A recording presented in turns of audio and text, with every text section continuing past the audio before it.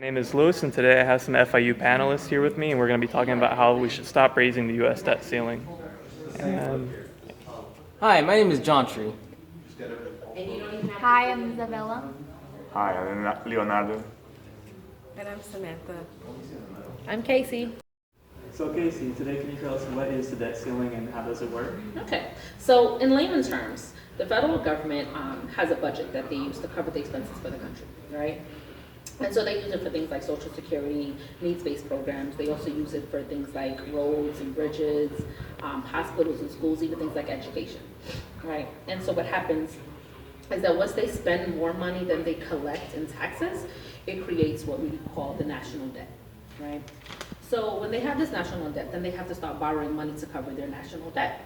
And so they borrow money from the public, people like us, where we buy bonds, and that's pretty much like a loan to the government.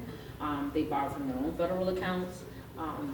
And so once they start all this borrowing, it creates, it creates what's called a debt ceiling, because they can only borrow but so much per year in spending. So that's debt ceiling. Thank you so much, Casey. Do you have any examples of how the debt ceiling negatively affects the U.S. economy when they raise it? Yes. A real life example is the 2011 debt ceiling crisis. On early April of 2011, the debt ceiling that was placed on 2010 was passed. Instead of just raising the debt ceiling like they normally do, the government normally does,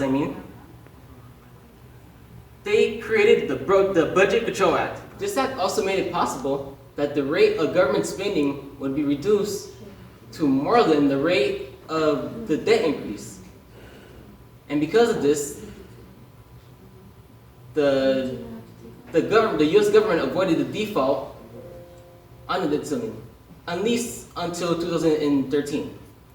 Today, can you tell us why we should stop raising the U.S. debt ceiling? Yeah. So continue to raise the debt ceiling is how we wound up with a 19 trillion debt. Growing the federal debt increased the probability of a fiscal crisis, where investors lose their confidence in the government. The consequences are huge, like we had the crisis in 2011. Why to have a limit if the government just keeps raising it? They should stop doing that, Thank you.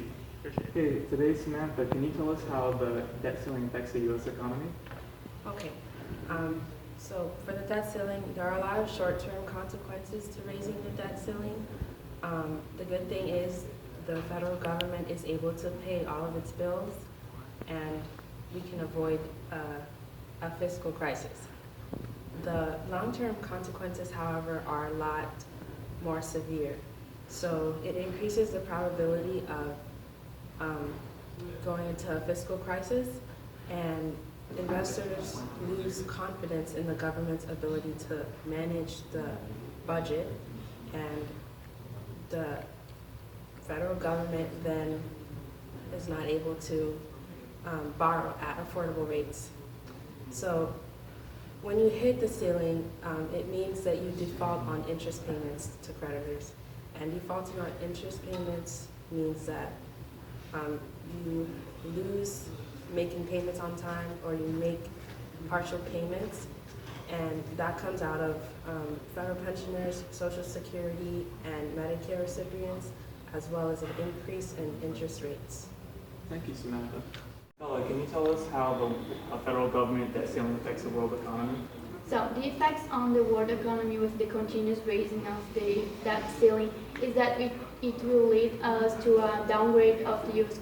credit rating, which will make investors to demand higher rates because of the risk they are going to have because of the increase.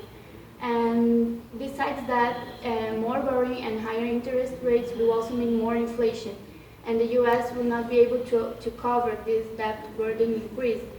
And the only way they can cover this increased money is by printing more money, and that is worse, because it means that we're going to have a weaker dollar, devalued dollar, and higher prices for everything that is priced in dollar. Thank you so much, Isabel. Hey everybody, just a quick little bit of short facts about the U.S. debt ceiling.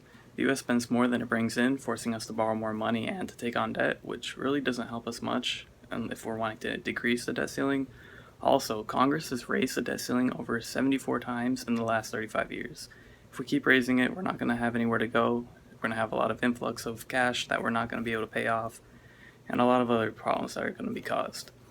Also, one last thing, stakes are for not being raising the debt ceiling are massive, so Congress doesn't like to take risks. That's the reason why they keep raising it. They don't want to shorten it, and ultimately it could lead to a lot of problems in our future, and that's pretty much it. Thank you. Thank you for watching. You guys have it. This is the basics of the U.S. debt ceiling and why we should stop raising it. This is FIU Real, and we're signing out.